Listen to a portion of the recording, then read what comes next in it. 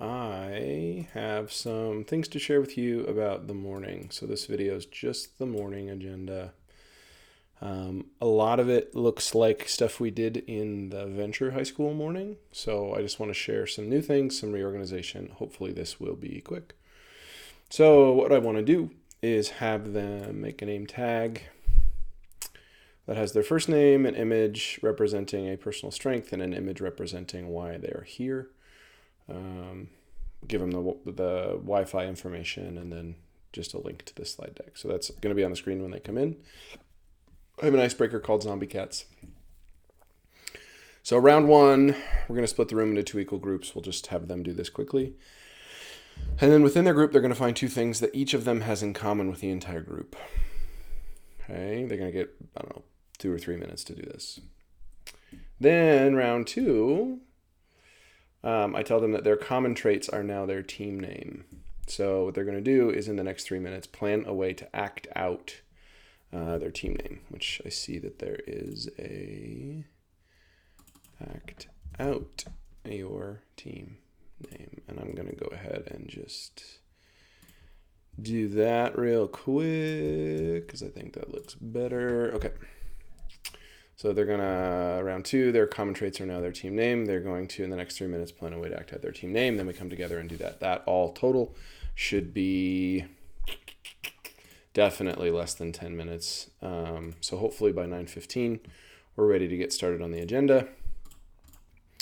This hasn't been updated yet, but it's going to be very similar. Like, hey, here's what the day looks like. Here's your main time points, breaks, etc.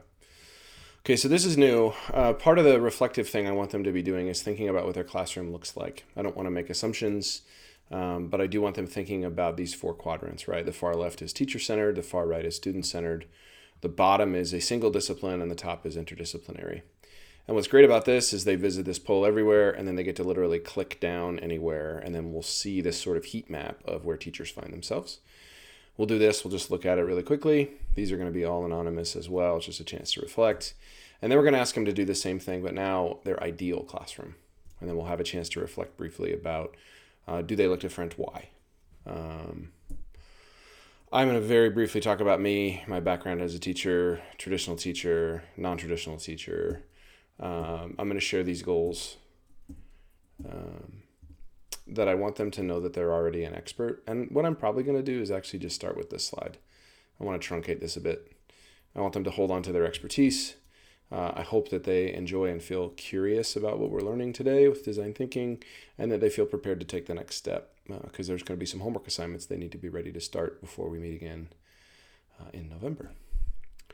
Ask them to state their goals. But we're going to do this a little differently this time. Is essentially like, hey, why do you want to learn design thinking? You signed up for this. What are you hoping to get out of it?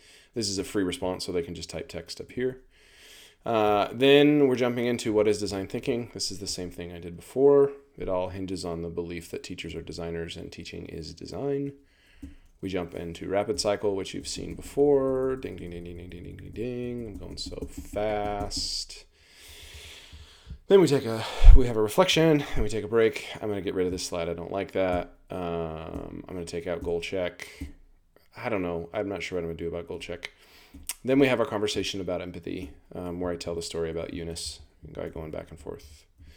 And then we talk about, the key here is empathy. And this is where the afternoon is different because I have a different clientele, but it still centers on empathy, which I'll get into more in the next video.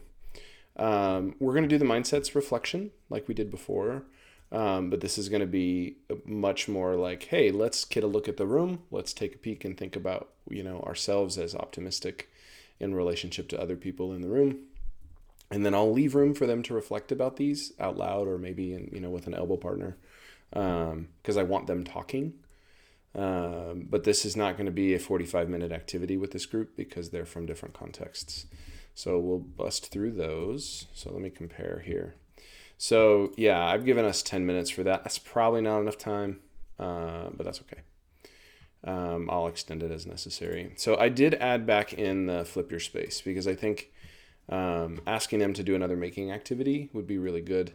And I want them to continue to think about their learning environment, their teaching environment. And having them do that through making, I think, is going to be good. So we're going to try that, see how that activity goes.